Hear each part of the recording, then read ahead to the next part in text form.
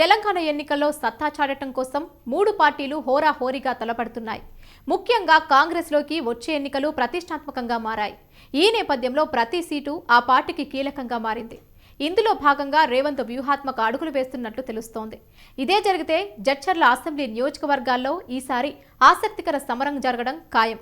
1962లో ఏర్పడిన ఈ నియోజకవర్గంలో మొదట కాంగ్రెస్, ఆ తర్వాత తెలుగుదేశం ఆధిపత్యం చాటాయి. తెలుగుదేశం పార్టీ 3 పర్యాయాలు విజయం సాధించింది.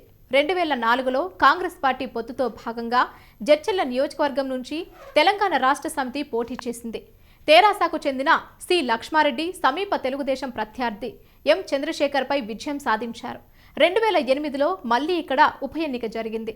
2008 ఉప ఎన్నికలలో కాంగ్రెస్ పార్టీ అభ్యర్థి మల్లు రవి సమీప ప్రత్యర్థి తెలుగుదేశం పార్టీ అభ్యర్థి చంద్రశేఖర్పై విజయం సాధించారు.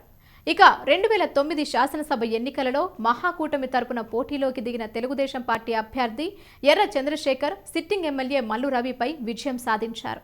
2014-18లలో ఇక్కడ కారు జోరుగా సాగింది. అయితే కారు స్పీడ్కు బ్రేక్ వేయడానికి రేవంత్ ప్లాన్ రెడీ చేస్తున్నారు. ఇందుకోసం ఆయన సతీమణి గీతని రంగంలోకి దించనున్నట్టు తెలుస్తోంది. ఎర్రశేఖర్, మల్లు రవి వంటి నేతలున్న సిట్టింగ్ ఎమ్మెల్యే లక్ష్మారెడ్డిని ఎదుర్కోవడానికి అంతకు మించి కసరత్తులు జరగాలని భావించి రేవంత్ కీలక నిర్ణయం తీసుకున్నట్టు తెలుస్తోంది.